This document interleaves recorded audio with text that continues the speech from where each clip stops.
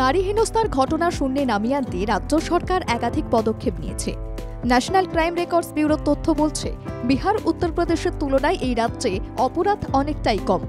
NCRB রিপোর্টে স্পষ্ট, বাংলায় অপরাধের ঘটনা বেশ নিম্নমুখী। তবুও ব্যতিক্রমী হিংসার ঘটনা বা নারীদের হেনস্থার ঘটনা পিছু ছাড়ছে না। বিশেষ করে মালদায় কাউন্সিলর খুনসহ কয়েকটি ঘটনা উদ্বেগ বাড়িয়েছে। নারী হেনস্থা যাতে একেবারেই না হয়, সেজন্য এর মধ্যে মহিলা পুলিশদের নিয়ে তৈরি হয়েছে উইনার্স টিম। এবার মালদায় গড়া হলো গ্রিন উইনার্স টিম। এই টিমের সদস্যরা প্রত্যেক দিন ইলেকট্রনিক্স সাইকেলে চেপে রাজপথ থেকে অলিগলি সর্বত্র নজর রাখছেন। পরিবেশ বান্ধব এই সাইকেলের মাধ্যমে একদিকে যেমন জ্বালানির খরচ কমছে, তেমনই আবার ঘন্টায় 20 কিলোমিটার গতিবেগে সারপ্রাইজ ভিজিটে নেমে পড়ছে এই গ্রিন উইনার্স টিম। অভিনব এই ভাবনা গৌরবঙ্গের মানুষের সুরক্ষার বড় সহায়ক ভূমিকা পালন করছে বলেও অনেকের অভিমত। ইংরেজবাজার, পুরাতন মালদা পুরসভার পাশাপাশি শহর কেন্দ্রিক যেসব থানাগুলি রয়েছে, প্রথম পর্যায়ে সেখানেই 10টি করে ইলেকট্রনিক্স এই সাইকেল দেওয়ার ব্যবস্থা করেছে জেলা পুলিশ।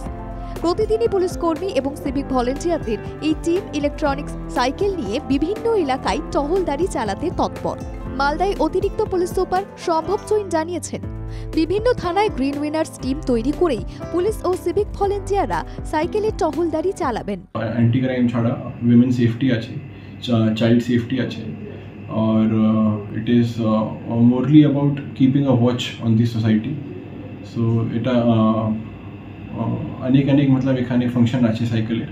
অপরাধ দমনের ক্ষেত্রে এই সাইকেলের গুরুত্ব রয়েছে বলেও মনে করা হচ্ছে, কারণ মোটর বাইক অথবা স্কুটির মতো কাজ করে এই ইলেকট্রনিক্স সাইকেল।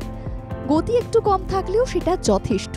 ফলে গ্রিন উইনার্স টিম তৈরি করেই আপাতত পুলিশ কর্মী এবং সিভিক ভলেন্টিয়াররা অপরাধ দমনে নজরদারি চালানোর ক্ষেত্রে ইলেকট্রনিক সাইকেল ব্যবহার করবেন। মালদা জেলা পুলিশের এই উদ্যোগকে সাধুবাদ জানাচ্ছেন মালদা জেলাবাসী। ব্যুরো রিপোর্ট, বাংলা জাগো।